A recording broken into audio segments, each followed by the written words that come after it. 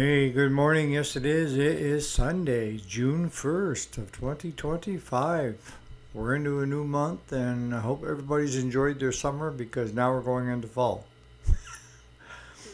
My furnace is running, and it's June 1st. So, what are we going to be talking about today? I want to talk more about my relationship with God, and maybe it will help you find your way. And this isn't all just about God. It's anything that's higher than you, the higher power. I don't care if it's space aliens. Might very well be. But stay tuned.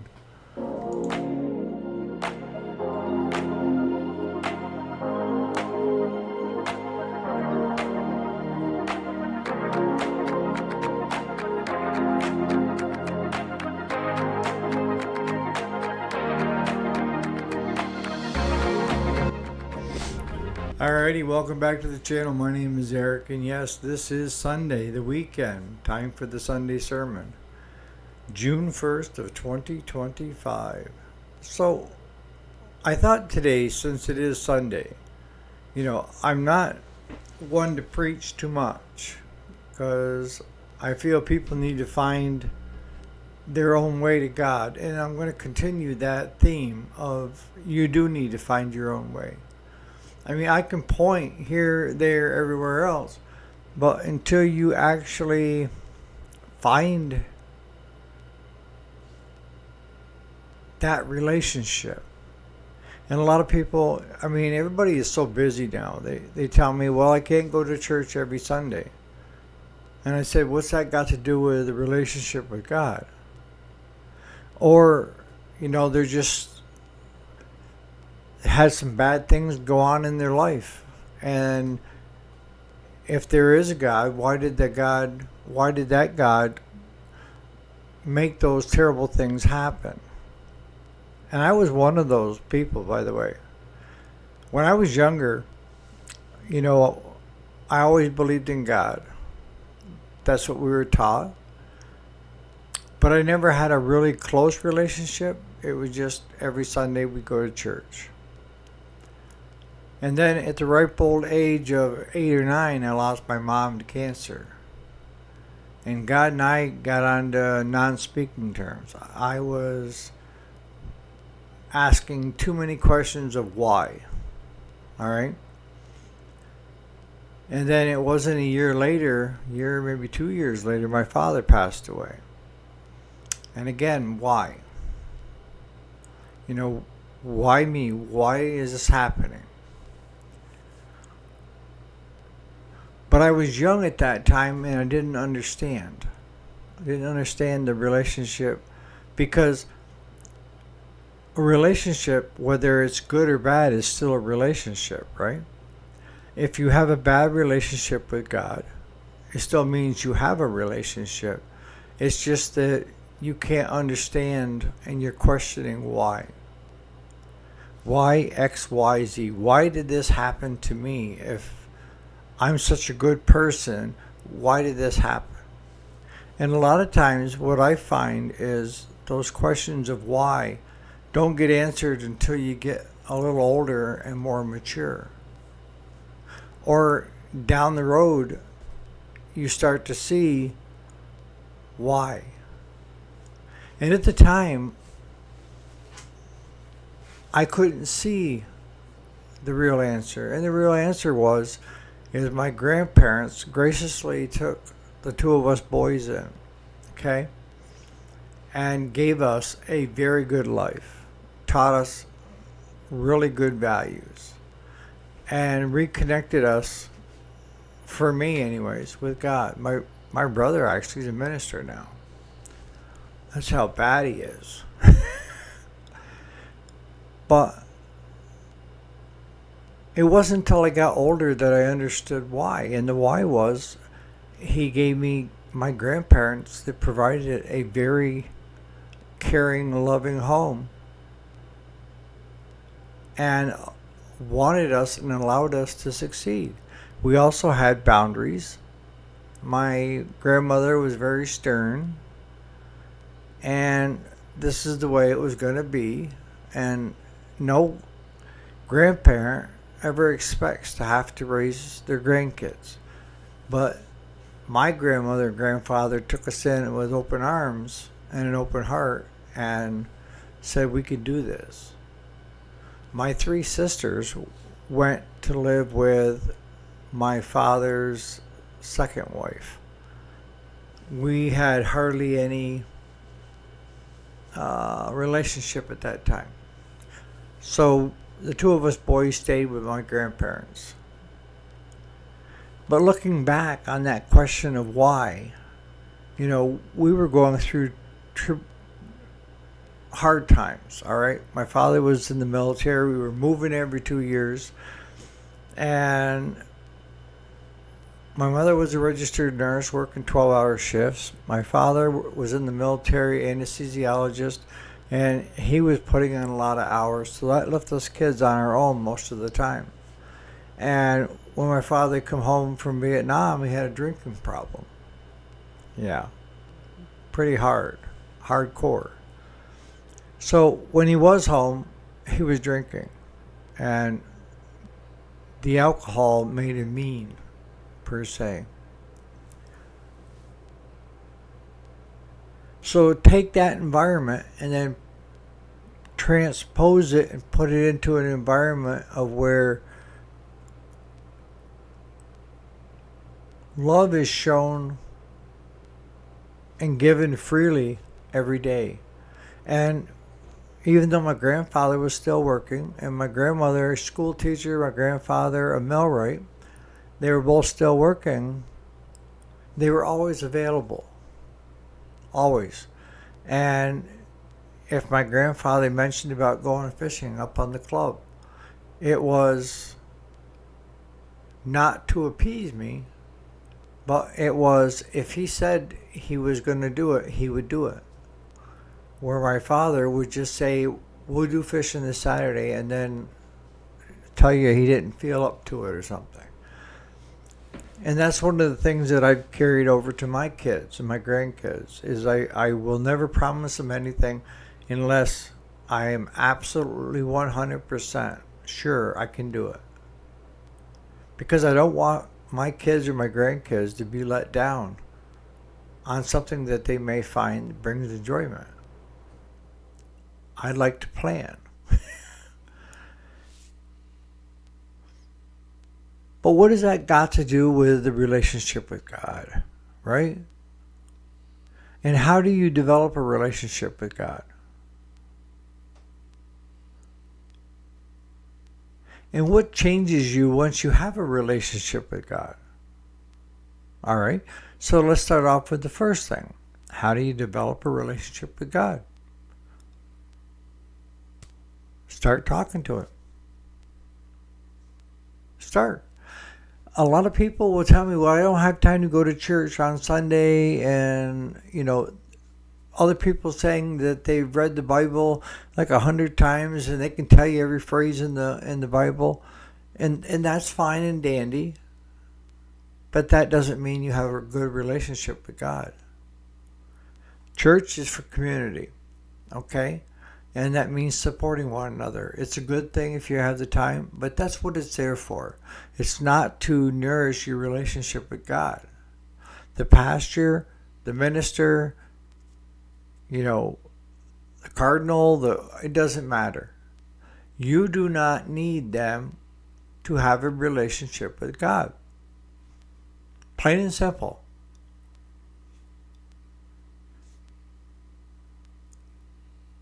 And then I have people tell me, well, I go to church every Sunday. I know the Bible inside and out, and terrible things still happen to me. Okay, so what kind of a relationship do you have with God? Well, I pray every Sunday, and whoa. What relationship do you have with God?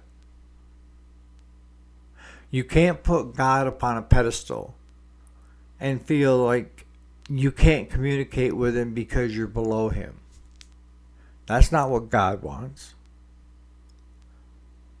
My God is on a level playing field. He has a lot more power than I have. but he's approachable. I can talk to him anytime I want. And most of the time, I can honestly say he listens. I may get back the results that I really didn't want, but my God is truthful and honest. And see, when I tell you that my God sees everything, he does.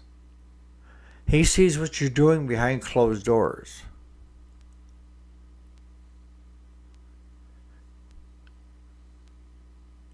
You can't be a drunk, adulterous, everything else behind closed doors and then think that by going to church on Sunday that changes everything. Makes a clean slate again. That's not how it works. If you're going to come and try to have a relationship with God and say, I repent, this sin, this sin, and on, and then 2 days later you're doing it again, what would you do if somebody told you that and then went and did it again and again and again? You wouldn't value what they tell you, right? And God doesn't either. If you're sincere, if your heart is opened, it doesn't need to be pure. Nobody got a pure heart. I'll be the first one that I do hold grudges. Not for long anymore. It gets me too winded, or I forget what the grudge was about.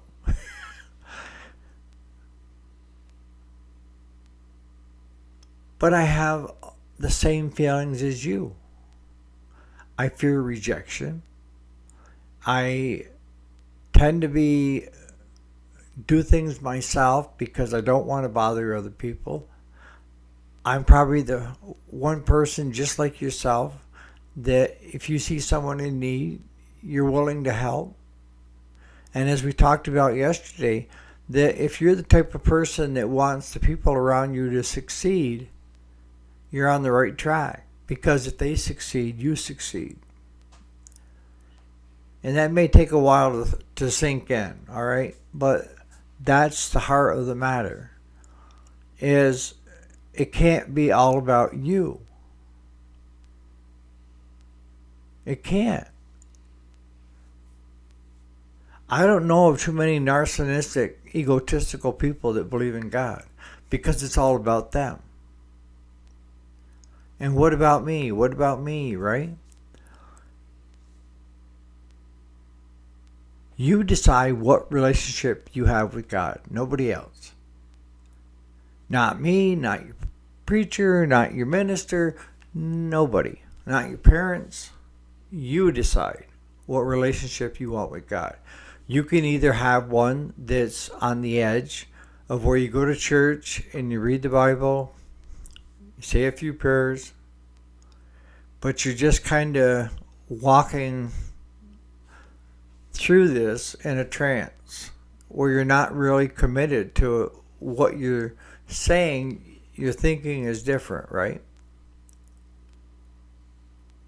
I'm not saying going to church every Sunday and studying the Bible is a bad thing.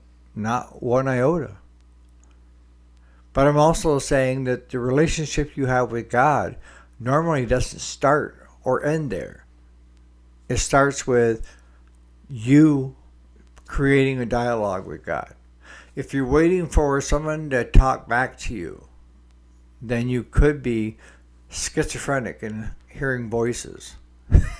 I'm just kidding. But I watch and I look and I learn. Sometimes my questions are answered quickly, by seeing something happen that has been bothering me start to come right itself and become better. And as I talked about yesterday, when I go to bed at night, I don't go to bed angry, upset, nothing. Everything that's on my plate, the good and the bad, I give up to God so I can get a nice restful sleep. And you'd be surprised of how in the morning with a good rest, you have a second set of eyes looking at the same problem you were when you were tired out and exhausted. And you're looking at two different views now. One is, I don't know if I can do it, hang on, and this, and then in the morning it's, yes, I can, I will, I have, knock it out. You see what I'm saying? How often do I pray to God? Probably 6-8 times a day. And when I say pray to God, I mean when I have a conversation with Him. And the conversation is internal. It's not I'm speaking out loud, because then people will know you're crazy instead of thinking it. I'm saying the internal dialogue you have with God. God doesn't need to hear you say anything. It's all telekinesis, right? Everybody needs someone stronger than themselves. You know, if not, you don't have anybody you can lean on when things get tough. One thing I've noticed is some of the wealthiest people out there have a strong faith. And I've said this to, I get, I'm 62. I've said a lot. But you're not going to get that feeling good inside for money, material things, because those things are going to be short-lived, right? At least it is with me. If I want a boat, I go out and buy a boat. I'm happy with the boat, but I'm not ecstatic like I was when I was a kid. It's a boat. Do I get some downtime by fishing? Yes, I do. Do I do enough of it? No. But I'm going to do more. But those things come and go. Money comes and goes. As I've told you before, I run with the dogs and made millions. And I've also been the poorest of poor with ramen noodles and peanut butter and jelly sandwiches on and off, where I wouldn't eat for 3 or 4 days. So don't tell me I don't know. I have been blessed or cursed to be on both spectrums. And what I can tell you from being on both spectrums is that's not where I want to be. I don't. I don't need money to be happy. But I don't need to go without either. It's a choice. It is. So when you're trying to develop a relationship with God, the biggest thing is just being truthful and honest. Sometimes you don't know what you want, but as you talk to God, He does. And are you going to have all your prayers answered? Depends on what prayers you're asking for. If you're asking for $1 million, good chances are you're probably not going to get that from God. You got a better chance of going to the casino and putting it all on number 13, black 13 or whatever it is.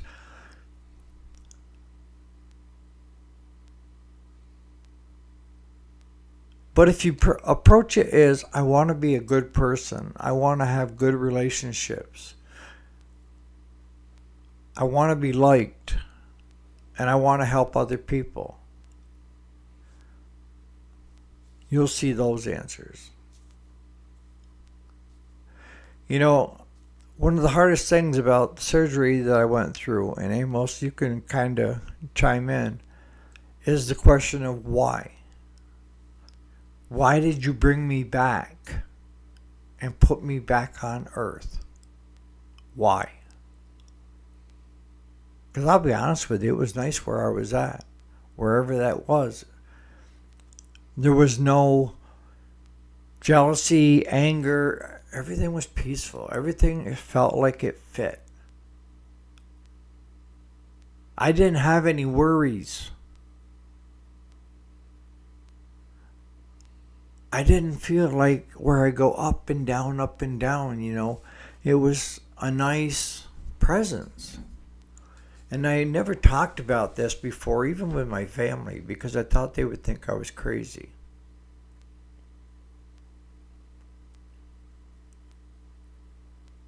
But personally, I know there's a God. I know there's a place. And the way I look at it, be honest with you, is there is a heaven that we step on our next step. And hell is where we're at now. And you can either go through hell and enjoy it, or you can go through hell and be miserable. But in hell, you're going to feel all these different emotions: anger, resentment, joy, loving. You have all these different feelings, and you're allowed to express how you have these feelings. That next step, you don't, because there is no resentment, there is no anger, there is none of it. It's peaceful. And it feels good when I was there. Do I have an issue with God for bringing me back? No. No, because I have here my kids and my grandkids and my friends and my family that still need me, still need for me to help them. And maybe one of you is listening to me right now on this video and hearing what you need to hear. And that could be part of my why. Why did you bring me back? Why? It could be very well that it's one of you are sitting there thinking the same thing of how does he have a relationship and I don't? And is it limited to a certain type of individual to have a relationship with God? Heck no. You decide on what relationship you want with God. You decide.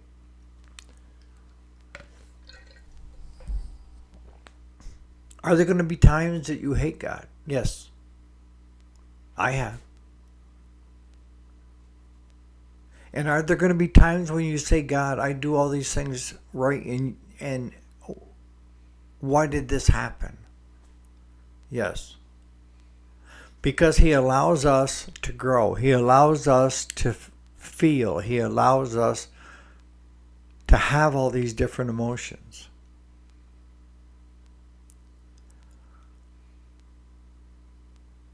And I don't care what level you are on that totem pole with God.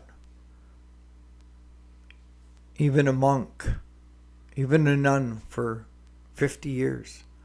At times they have resentment towards God for something that went on in their life. And that's okay. But at some point, you have to let that resentment go so it allows you to grow, if that makes any sense. I don't want you to think this is all about Bible preaching pumping. It's all about your relationship is your relationship, and you make it what you want it to be and at what level you want it to be. Does God control everything in my life? No, because he isn't as asinine as I am and do stupid things like I do. Definitely he is not forcing me to do that. Like yesterday, I had a friend stop on Friday and ask if we could move his tractor for him. And I said, yeah, I got to figure out when. Because we're super busy with cardiac rehab on Tuesdays. I mean, I'm not complaining, we're busy. But the more I thought about it yesterday on my 1 hour walk, 52 minutes, and 1.8 of a mile, I decided maybe I can do that today, Sunday. I'm doing it at 9 o'clock. So the first thing was I need to get that tractor off the trailer. It's a gooseneck trailer with ramps that fold down. And normally I would always recommend that you have two people when you're doing that for safety. But I really hate bothering people. So I put the tractor in gear. It doesn't run. And backed the winch off because we had the winch cable hooked to the front of it and tie downs to the back. I undid the winch cable, took the tie downs out, and started pushing the tractor by hand till it started rolling, and then jumped on it and then rode it down backwards down the ramps. And I found it didn't have a lot of brakes, but I got stopped. It wasn't 10 minutes and Claude was on the doorstep at the shop saying, I come down here because I figured you would be asinine enough to try this on your own where you could have got hurt. He's right. But it proved to me that there are certain things I can still do myself. But I'm doing that move for my friend this morning at 9 o'clock so that it's not going to interfere with our work schedule. Because we have 2 tractors to drop off, 1 tractor to pick up, and a yard full of stuff that needs to be fixed.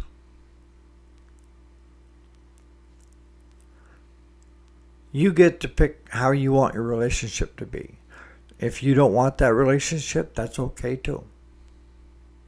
Honest to God.